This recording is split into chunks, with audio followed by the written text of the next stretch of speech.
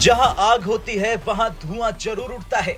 Myanmar की राजनीति और हिंसा की आग पूरे दक्षिण एशिया को प्रभावित कर रही। हम बात कर रहे हैं म्यांमार के रखाइन राज्य के बढ़ते संकट और अराकान आर्मी के कहर के बारे में। जी हां, अराकान आर्मी और जुटा सेना के बीच संघर्ष ने हजारों रोहिंग्या मुसलमानों को देश छोड़ने पर मजबूर कर दिया। सिर्फ 2 महीनों के अंदर 60,000 से ज्यादा रोहिंग्या बांग्लादेश पहुंचे हैं। दरअसल म्यांमार का रखाइन राज्य एक बार फिर हिंसा का केंद्र बन चुका है। अराकान आर्मी जो एक विद्रोही संगठन है, उसने बांग्लादेश सीमा से सटे इलाकों पर कब्जा कर लिया। म्यांमार की जुटा सेना इस इलाके को फिर से अपने नियंत्रण में लेने की कोशिश कर रही। इस संघर्ष के बीच हजारों रोहिंग्या और अन्य अल्पसंख्यक अपनी जान बचाने के लिए म्यांमार छोड़कर भाग रहे, क्योंकि लगातार अराकान आर्मी रोहिंग्या को निशाना बना रही और उसे म्यांमार से भगा रही। साल 2017 से शुरू हुआ रोहिंग्या संकट आज और भी गंभीर हो चुका है।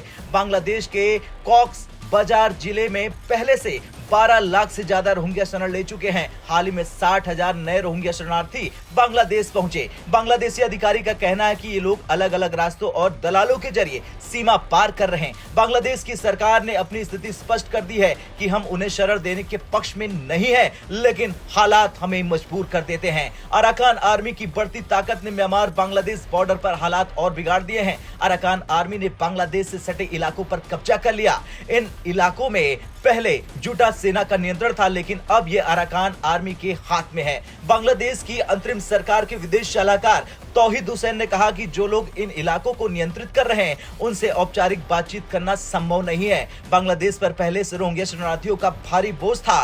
12 लाख रोहिंग्या पहले से बांग्लादेश में रह रहे हैं और अब 60,000 नए शरणार्थियों की आमद ने स्थिति को और जटिल बना दिया। बांग्लादेशी सरकार का साफ कहना है कि उन्हें अंतर्राष्ट्रीय समुदाय के साथ मिलकर इस संकट को हल करना होगा, लेकिन पड़ोसी देश म्यांमार के हालात सुधरते नहीं दिख रहे। इस संकट के समाधान के लिए अंतर्राष्ट्रीय समुदाय का सहयोग जरूरी है। तौहीद हुसैन ने कहा कि म्यांमार को अपने आंतरिक मुद्दों को बातचीत के जरिए हल करना चाहिए, लेकिन म्यांमार की जुटा सेना और अराकान आर्मी के बीच संघर्ष के चलते ये संभव नहीं दिख रहा। संयुक्त राष्ट्र और अन्य वैश्विक संस्थाओं को इस पर सक्रिय भूमिका निभानी होगी। खैर, कुछ भी हो, ये थी म्यांमार के रखाइन राज्य में बढ़ती हिंसा और रोहिंग्या संकट पर पूरी खबर। अराकान आर्मी और जुटा सेना के बीच संघर्ष ने हजारों लोगों की जिंदगी को खतरे में डाल दिया। आपका इस संकट पर क्या कहना है? क्या म्यांमार के हालात कभी सुधर पाएंगे और क्या बांग्लादेश में इसी तरह रोहिंग्या घुसपैठ करते रहेंगे? हाँ या ना में कमेंट कर जरूर बताएं। ब्यूरो रिपोर्ट, भारत तक।